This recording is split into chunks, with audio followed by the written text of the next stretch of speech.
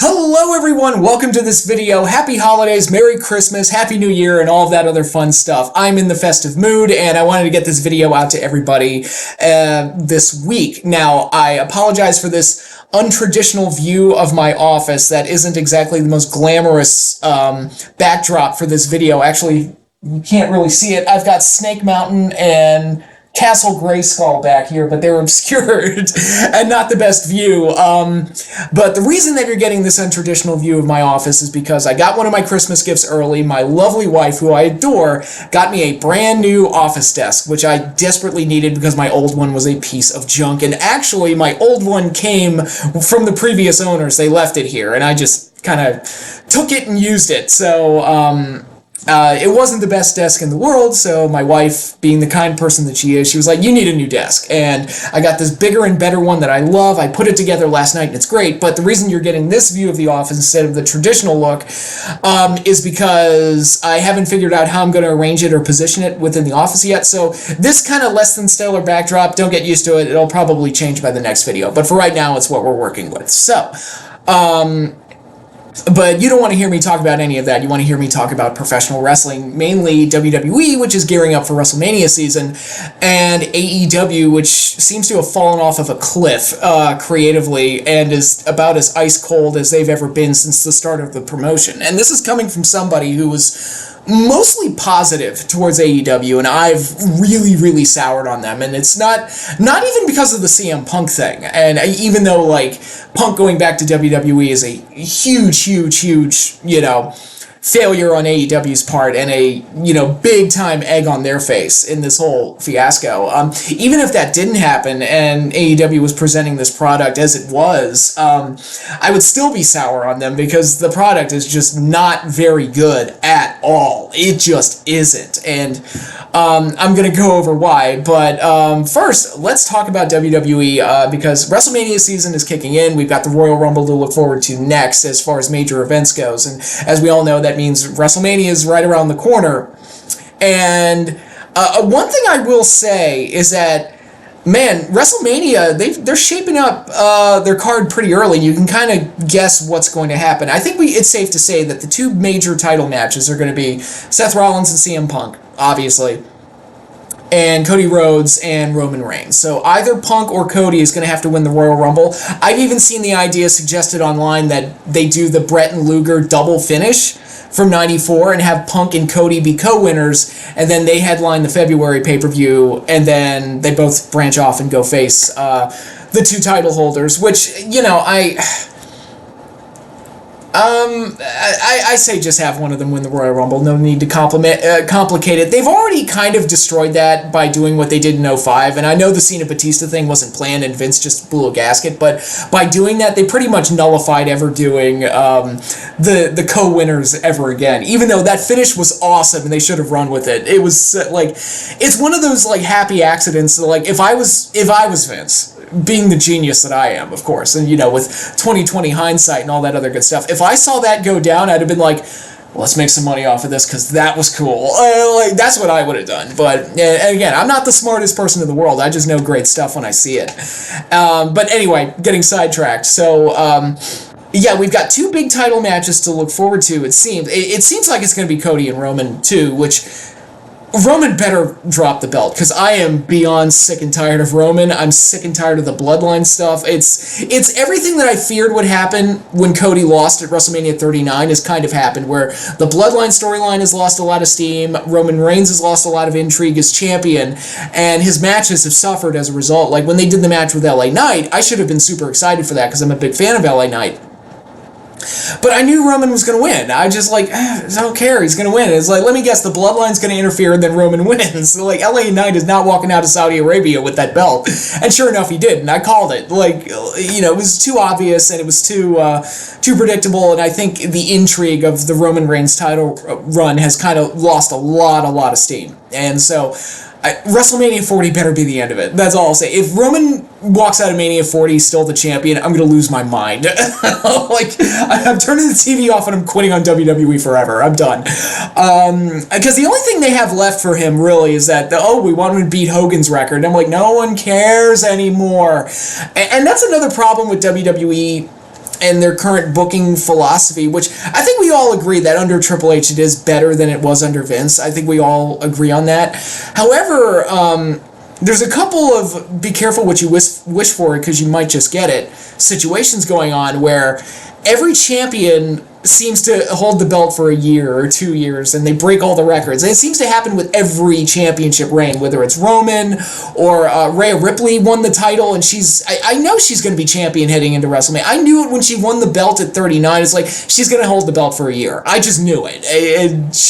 I'll be shocked if she drops the belt before WrestleMania. Barring an injury or something like that, she's going to be another one of those year-long champions. Gunther, who I really, really like, really come to appreciate him and love him, and I thought the match he had with Miz on Raw this week was stellar. He's gotten to that point that Roman's at where it's like, okay, who's going to beat him? Like, he's beaten everybody, so who cares? Like, and we're kind of at that point. Even though Gunther's not, I haven't soured on him to the degree that I have with Roman, but you got to start asking the question. It's like, okay, who's going to beat him, and is it going to be a big deal? I would hope so, but once he beat Honky Tonk Man's record, it's kind of like you could take the belt off of him. You could have had Miz, beat him, and I think I would have been okay with it. I know that sounds crazy, Miz beating Gunther and being okay with it, but it's kind of like, he's had his run as IC champ. It's time to move up. Let's see what he can do against like Seth and Roman, or go in that direction with him. But it's like, now the title reigns are too long, and it's like, unfortunately, when you condition us to think, all the title reigns are going to be long, then title defenses numbers 1 through 5 are going to feel pointless because the champion's going to retain. So, it's kind of the opposite problem of what was going on during the Monday Night Wars and the Attitude Era, where the championships changed hands every other week, and nobody had a long title reign, which is like, that creates another problem where people win belts and then they switch hands so often that you almost can't even keep track of who the champion is, and that becomes very, very messy. The Vince Russo method of booking, shall we say. But there's got to be like a happy medium where it's like, okay, every once in a while you can do like a month-long title reign, or every once in a while you can do like a one-night title reign, and then every once in a while you can do like a 1-year title reign. There's got to be like a happy medium. It can't be all or nothing either way. It's like, it's just, I don't know. That's just my take on the situation. But the Mania 40 card, like I said, we've got our 2 title matches pretty much set in stone, regardless of who wins the men's Royal Rumble. It's going to be Punk and Seth, and it's going to be Cody and Roman. I think we all know that. And, some people think it's like, well, Cody's on Raw and Roman's on SmackDown, so how are they going to do that if Cody doesn't win the Rumble? My take on that is, it doesn't matter, because they switch back and forth. So, like, the brand extension is so pointless and means so little that I don't even care, It's like they'll hand wave it like they always do. They do it every other week. It doesn't matter. It don't matter. None of this matters. So you got those 2 big title matches. Then you got to start wondering, how about the mid-card titles? Because Logan Paul's going to go into Mania with the U.S. title. I don't care about this tournament that's currently going on. You know that Logan Paul's going into Mania with the U.S. title. My pick to face him, given the current crop, would be LA Knight. I would hope it would be LA Knight, because he's lost a lot of momentum after that loss to Roman, which I feared was going to happen. It's like they want to use him, but they don't know what to do with him yet because he didn't win the belt, and now he's just kind of in limbo right now, and which is a shame because it's like, dude, he's legit one of the most over guys on the show. Like, do something with him. Do something, anything. He should have beat Roman, had like a Lex Luger 97 style title run. It's like, even if Roman just won it right back, it would have been nice to get the break, But yeah, I would pick LA Knight to face him. I think that would be the best option. I could also see them going with AJ Styles just to kind of create somebody who kind of complements Logan Paul's in-ring style. But I think you go with the hot hand, you go with the one who's the most over, which at this point is LA Knight, indisputably. Then you got to start thinking, okay, IC title. I already talked about it. Like, I have no earthly idea who they can work with Gunther. The only idea I have is Brock Lesnar, because that would be a fun match to have. But does that need to be for the IC title? Like, what's Brock going to do with the IC title? I don't know. But that's a match I could see them doing. I thought Bianca and Charlotte was like a sure thing, but then Charlotte got hurt, so that pretty much put the kibosh on that. But who's Rhea Ripley going to be facing? even though there's been reports that she's not ready yet, and she's very unpolished in ring, things that I said about her when she was in AEW, I wouldn't be surprised if Jade Cargill won the Women's Royal Rumble and then faced Rhea Ripley. That's my prediction. We'll see how that goes, because again, I'm looking at the crop of talent there, and it's like, who could Rhea face? Maybe Becky? Maybe Becky? I mean, it's got to be Becky, right? If it's not Jade Cargill, then it's got to be Becky. But then I was thinking, it's like, well, they might do something with Bayley getting thrown out of Damage Control, and that leads to her having to find partners. And I was like, okay, maybe a 6-woman tag at Mania where it's like Bayley, Becky, and Sasha, who it appears like, all talks with AEW have dropped. So you might be seeing Sasha Banks show up in WWE again. Wouldn't be surprised. And like a mini Horsewoman reunion to take on Damage Control. I don't know. That's something I can see them doing. I guess you'll be getting Rey versus Santos Escobar. That seems to be one that's pretty likely. Tag titles, I have no earthly idea what you do with that at this point, because there's so many belts. Or so many, they have more tag teams across the two shows that I don't know exactly who would be a good fit, or even if the Judgment Day will be the tag champions come Mania time. That's a wait and see. They've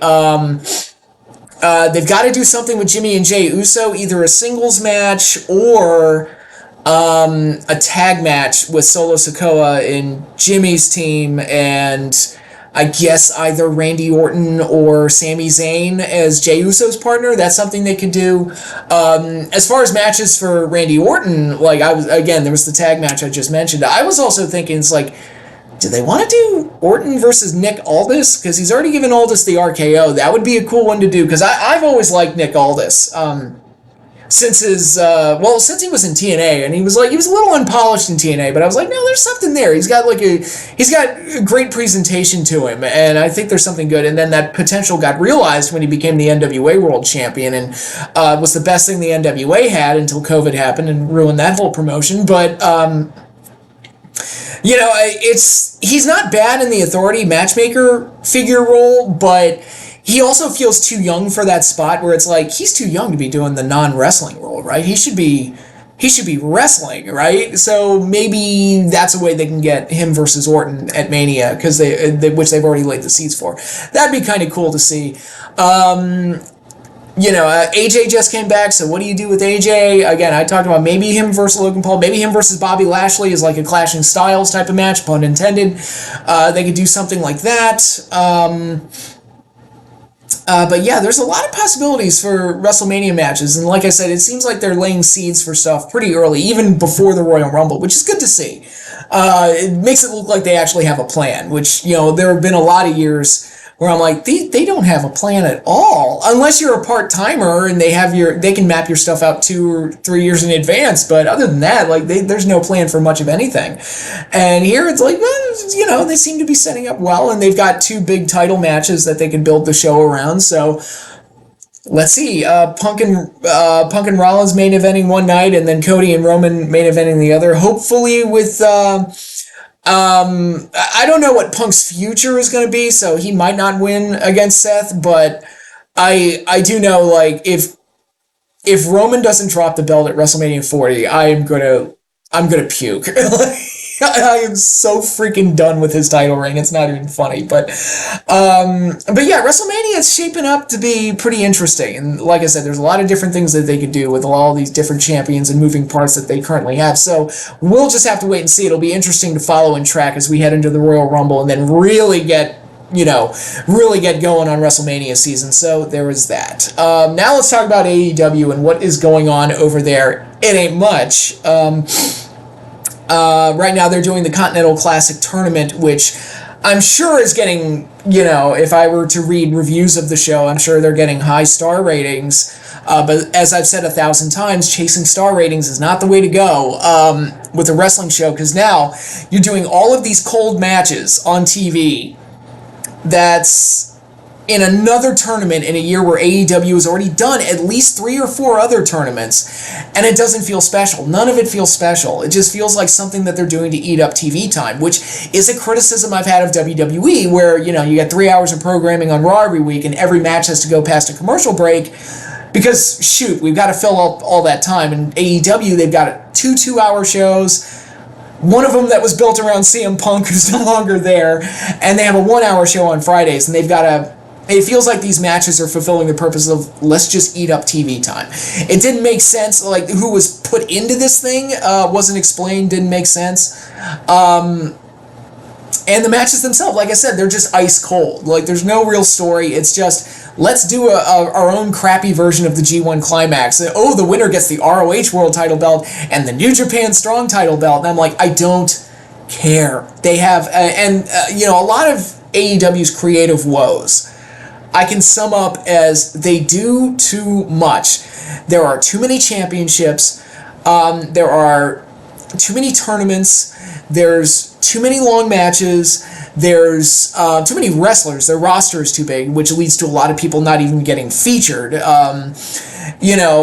There's too much focus on Ring of Honor, which is weighing them down like an anchor. I don't understand the point, the purpose of ROH and why it has to eat up so much AEW television with them walking around with ROH title belts. I don't get it. It's just confusing. And this is for somebody who follows professional wrestling. And, you want to go after the average viewers. You want to go after, people who can follow this stuff easily. And that's another problem they have, where they treat New Japan and Ring of Honor and AAA and all these other things like everybody watches these things. And like, no, they don't. I know who Kota Ibushi is. I know who Tanahashi is. I know who these people are.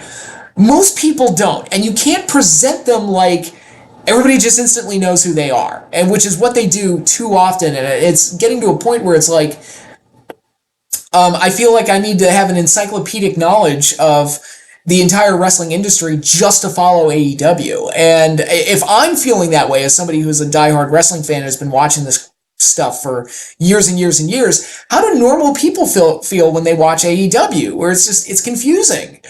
And too much TV time. They didn't, Collision, I knew Collision was going to bite him in the butt when they did it, even with CM Punk. I was like, that's going to be too much programming. And now that you don't have CM Punk, that makes it even worse. It's bad. Like, the only things AEW have going for them right now, I can truthfully say, like, the reasons I still watch. MJF is great. The Devil storyline is interesting, but I don't have faith in it. Unfortunately, because it's like it's at this point it's like it's got to be Adam Cole or some kind of tie to Adam Cole, because nothing else makes sense. Well, literally nothing else would make sense. And because they can't get any major surprises. Punk would have been the best answer, but obviously it's not Punk. I've heard rumblings that it's Jack Perry, and that rumor has been shot down, thank God. But it's like, oh God, no, not him. Who else would it be? Like, what, they got The Rock or John Cena? I doubt it. I mean, those would be big, but I doubt they got them. So, yeah, it's going to have to be Adam Cole, which is like, okay, fine. I guess it makes sense given the storyline between Adam Cole and MJF, but it's not the most interesting thing in the world, unfortunately. And that's the problem you run into with mysteries and masked men and that type of stuff, where it's like the Black Scorpion or the Greater Power. People are inevitably going to be disappointed. Even though the Vince reveal as the Greater Power, I kind of liked, and they kind of got around any disappointment by having Austin come out and be revealed as the new CEO, which was kind of like a twist on top of a twist. So that one I thought they got out of okay. People still look back on that as like this disappointing angle. That was a bit of a black eye on the Attitude Era. I can't think of anything that AEW can do that would legitimately excite people and get them to tune in. Is Adam Cole going to get people to go, oh my God, Adam Cole is the devil? And is that going to bring in new viewers? I don't know. It makes sense to the audience that's already watching, but I don't think it's going to grab headlines and get people to come on over to AEW. That's my 2 cents. But yeah, the only things I'm liking about AEW right now, you got MJF. The Devil storyline is okay, but I'm expecting a disappointing finish. Christian's been great. Like, he's a fantastic heel. And, there's not much else. I kind of like Toni Storm. I'm glad she won the women's title, because goddamn, who else were you going to give that belt to? like I'm really struggling to find some things I'm legitimately enjoying about AEW right now, and unfortunately that's just, and it all comes down to they just do too much. Every show feels like I'm watching I'm watching this over-bloated show where they cram so much into the programming that I barely digest any of it. And it's like they need to slow down, drop a bunch of stuff. They don't need all those titles. If I got an ounce of creative power within AEW, I would start having unification matches like no one's business. Like, we're getting rid of so many of these belts because we do not need them. And I would reduce ROH's presence on the show to almost nothing. It's my idea was treat it like NXT. Just treat it like your developmental program. It doesn't need to have a heavy presence on the show. It's I don't know anybody that watches ROH every week. Truthfully, the people I talk to, nobody seems to watch it every week. It's there's just too much going on, and it's sad because, and I said from the very beginning with AEW,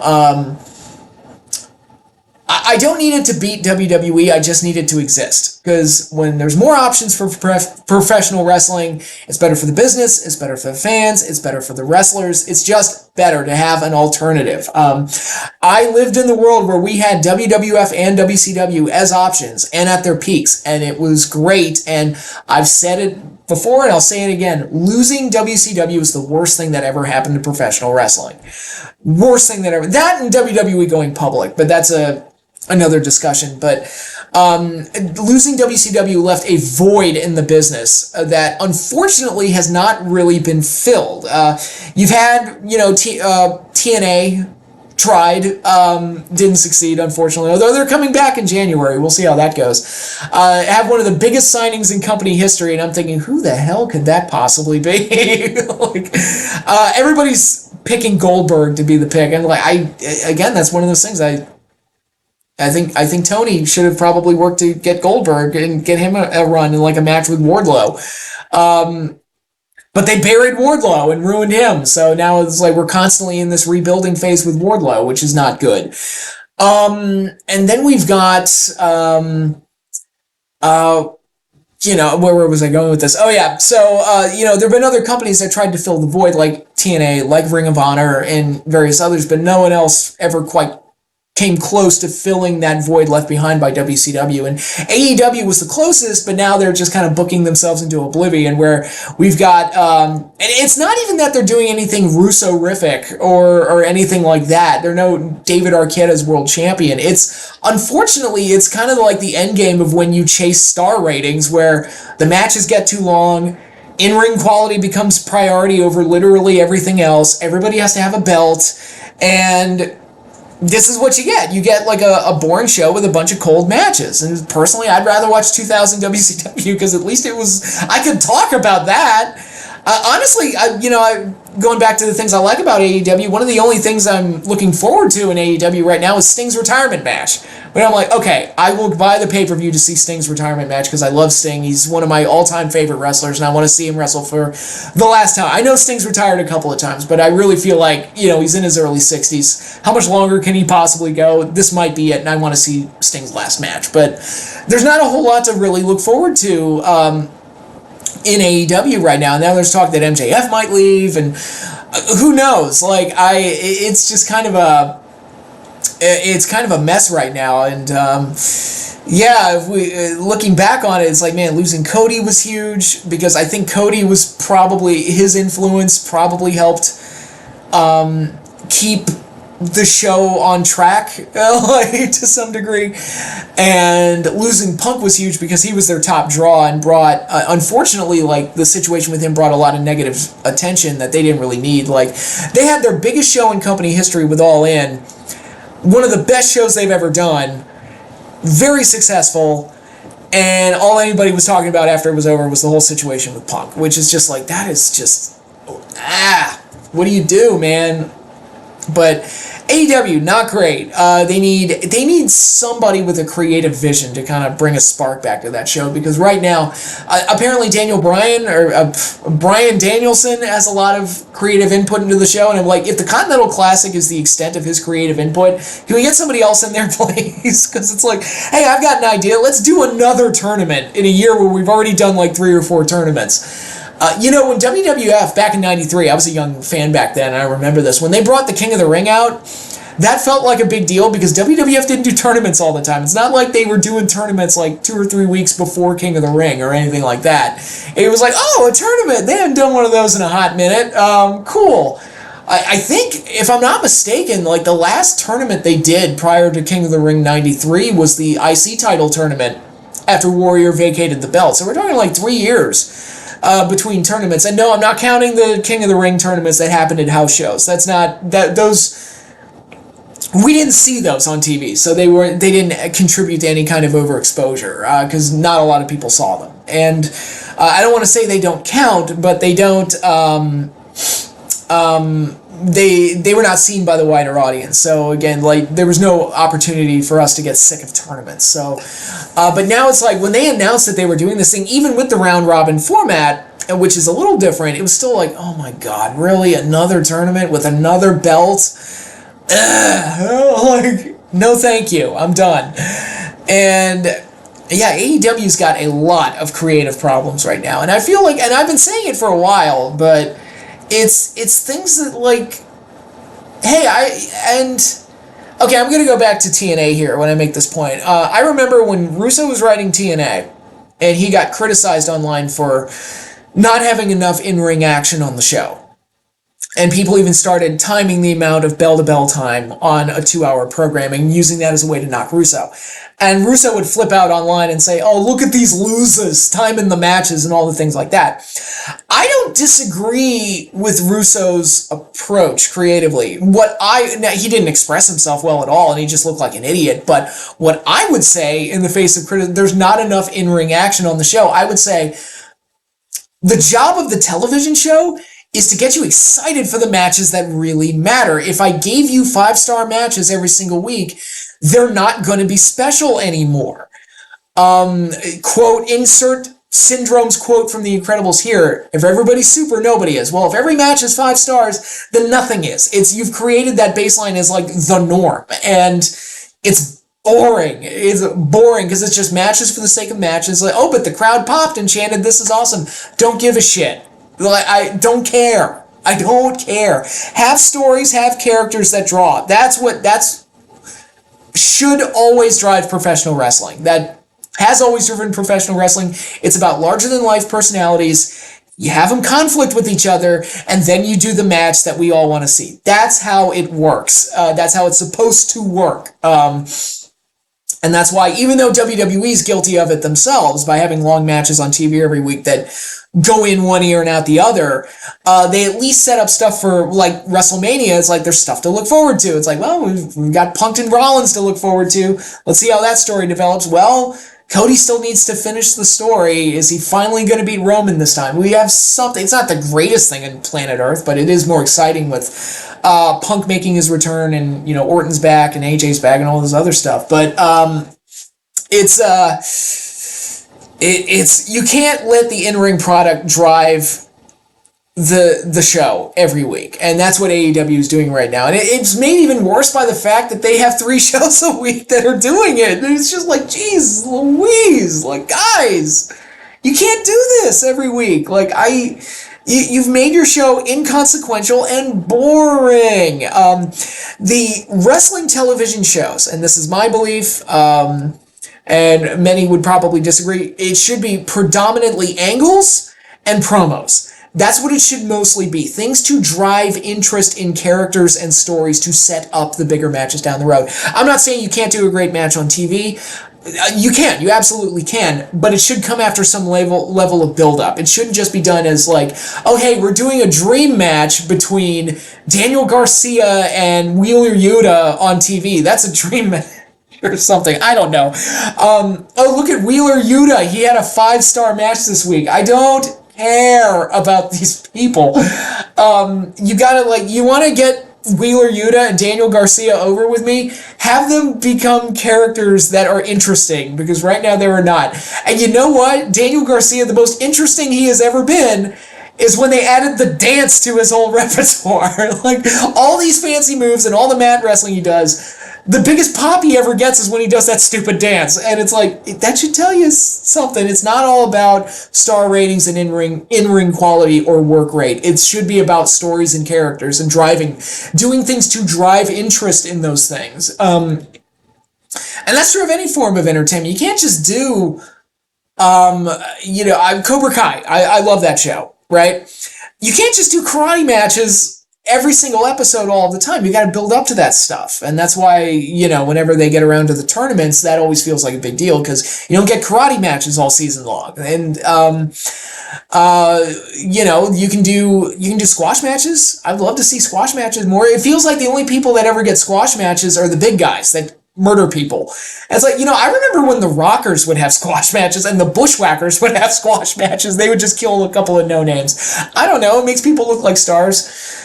I don't know, like, I know, old man yelling at the sky, but there's a reason why, the great matches don't resonate the way that they did back when I was a kid. Like, people still talk about Bret Hart and Mr. Perfect at SummerSlam 91. You want to know why, as great as that match is, and it is a great, great match, you didn't get that match every week. And that's why it feels more special in hindsight. You want to know why people still talk about Ultimate Warrior and Hulk Hogan at WrestleMania 6? Because they built it up for months. They did it, and then they never did it again. It resonated because it was that one time in history where the two top baby faces in the WWF at that point in time faced each other on a grand stage like WrestleMania, and it felt special. And you don't get that now from AEW, and most of the time WWE, although WrestleMania season they're kind of making it work. It's just we need to get back to kind of like back to basics type of approach and take a less is more approach. That's my take on the matter. But that is all I have for you right now. Thanks again, everybody, for watching and listening to me rant and rave and sound like a crazy person. I will be posting a video next week, but I do want to say I wish you all a Merry Christmas, Happy Holidays, and continue to enjoy your holiday season, and I will see you all next week. Be there for that.